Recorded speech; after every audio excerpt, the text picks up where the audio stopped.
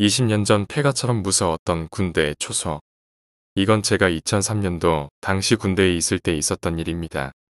평소에는 사단에 있다가 1년에 한 번씩 6개월 정도 해안방어교대를 합니다.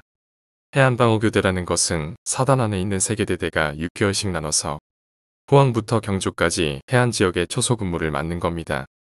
이럴 경우 대대 단위의 인원이 조각조각 찢어져서 평소에는 소초에서 생활하면서 각각의 초소에 24시간 교대 근무를 서는 것입니다.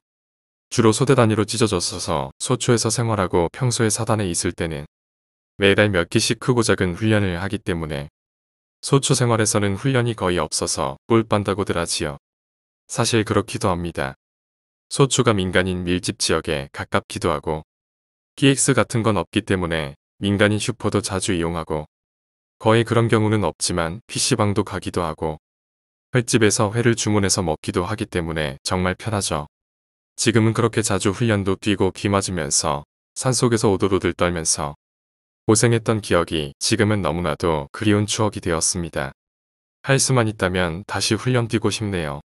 K201 들고 산속에서 날아다녔던 기억이 새록새록 솟네요.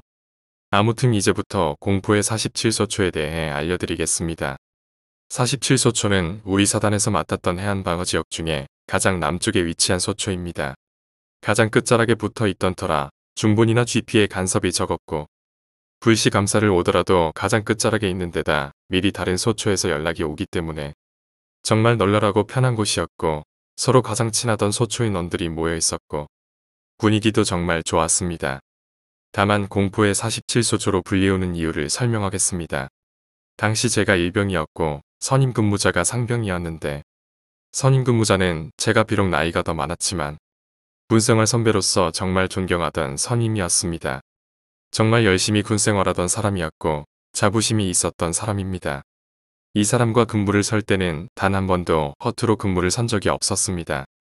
그런데 어느 날 취약 시기 때 한창 근무를 서면서 전방주시하고 경계 근무를 서면서 말뚝 근무였기 때문에 이런저런 얘기도 하면서 나름 심심하지는 않게 시간을 보내고 있었습니다.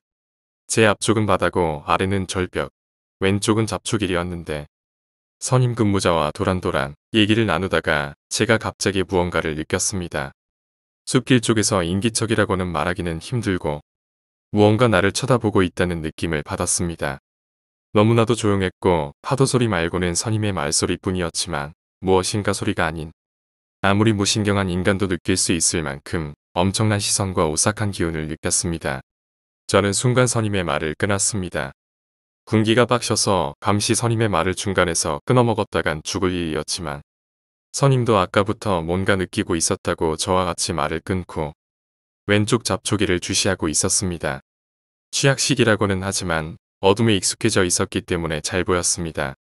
눈을 찡그리고 자세히 봤지만 잡초길 끝자락에 뭔가 흐릿한 검은 그림자가 있었는데 사람의 형체도 아니었고 알 수가 없는 것이었습니다. 그래서 저는 각을 쓰겠습니다 하고 선임 근무자한테 보고를 하고 각을 썼습니다. 취약 시기 때 사용하는 장비가 있는데 영어로는 나잇 비전인데 고글을 가글로 불러 약간 차이를 둬서 알기 쉽게 만든 말입니다. 한마디로 야간 투시경이죠. 그런데 가글을 쓰고 보니 잡초길 끝자락에 웬 꼬마애가 서 있는 겁니다. 이 꼬마애가 제가 가글을 쓰고 보는 걸 본 것인지 갑자기 후다닥 뛰어오는 겁니다. 꼬마의 형체가 50은 형태도 그렇고 표정도 그렇고 눈은 흰자위도 없이 그냥 검은 구멍 같은 느낌인데 그곳에서 저를 뚫어지게 쳐다보고 있는 것만을 느낄 수 있었습니다. 저는 놀래서 가글을 벗었는데 전방에는 아무것도 없었습니다. 선임도 아무것도 없는데 왜 갑자기 가글을 쓰더니 놀래냐 이러는 겁니다. 제가 다시 가글을 써보니 벌써 꼬마애가 중간쯤 와 있는 겁니다.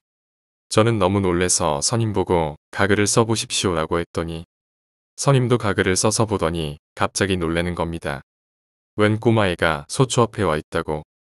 저는 가글을 벗고 다시 어둠 속을 봤지만 아무것도 없었습니다. 후레쉬를 비춰봐도 아무것도 없었는데 가글을 쓰고 있던 선임이 말하길 꼬마가 우리 초소 주위를 빙글빙글 돌고 있어. 근데 발이 없어. 놀래서 미치는 줄 알았습니다. 초소 앞은 절벽이라 초소 주변을 빙글빙글 돌 수도 없는데 말입니다. 계속 보고 있던 선임이 문 연다 라고 말하더니 정말로 갑자기 문이 저절로 쓱 열리는 겁니다. 바다 바람 때문인 것 같은 느낌이었습니다. 너무 자연스럽게 열리는 데다 프레쉬로 비추고 있었는데 맨눈으론 정말 아무도 없었기 때문입니다. 저는 얼른 가글을 쓰고 주위를 둘러봤지만 아무도 없었는데 선임이 어딜 봐, 네 앞에 있잖아 라고 하는 겁니다. 내려다보니 정말 꼬마애가 제 허리를 붙잡고 눈동자도 없는 퀭한 구멍 같은 눈으로 저를 올려다보고 있었던 겁니다. 그 눈이 너무 공포스러웠던 게 눈이 안 보였음에도 시선을 느낄 수 있었다는 겁니다. 저는 순간 가위에 눌린 것처럼 다리에 힘이 풀려 풀썩 주저앉았고 그 충격으로 가글이 벗겨졌는데 선임은 제가 주저앉는 순간 꼬마애는 눈앞에서 거짓말처럼 사라졌다는 겁니다. 이 귀신은 이후로도 다른 근무자들에게도 자주 보였고 몇몇은 꼬마애를 잡아보려고 가글을 쓰고 붙잡는 사람도 있었지만 모두 꼬마애에게 허리를 붙잡혔을 때는 가위를 눌린 것처럼 힘을 쓸 수가 없었다고 합니다.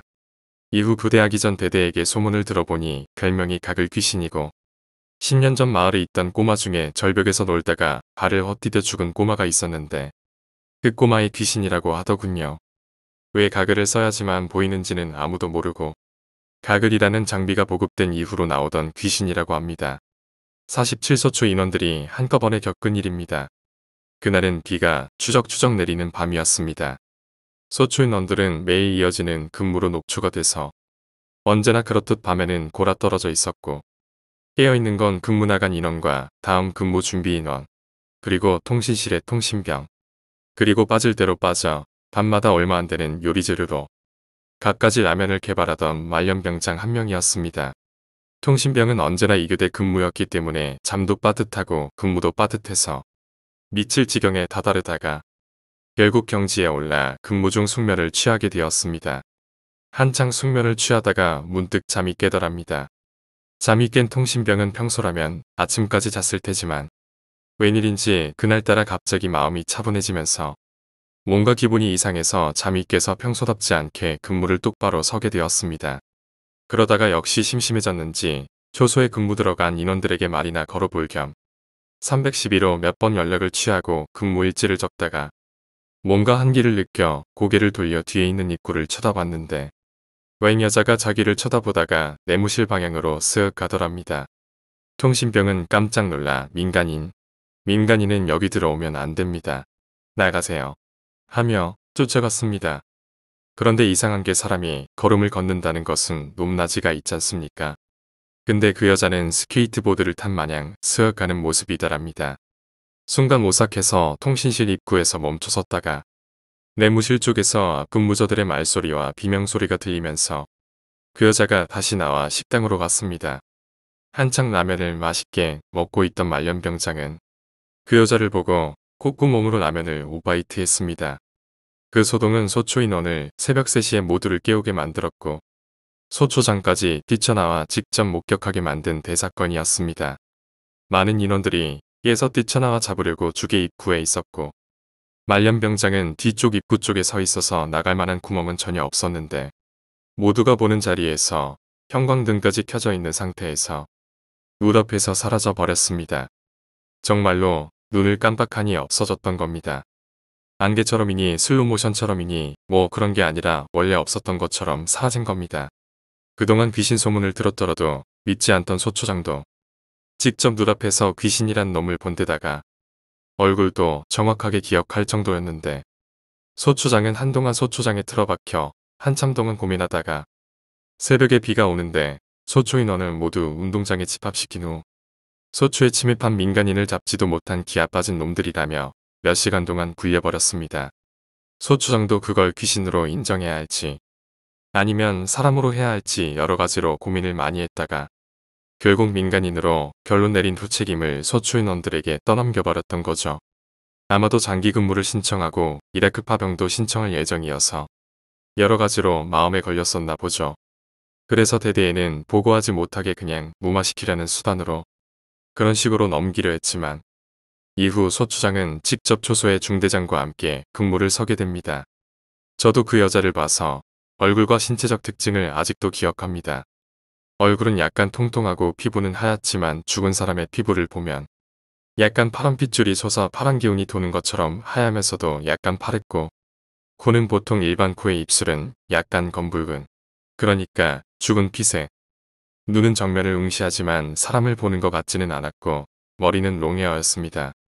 옷차림은 하얀 소복이었는데 이렇게 말하고 보니 별 특징 없는 일반적인 귀신의 모습이네요. 다음 편이 이야기는 계속됩니다.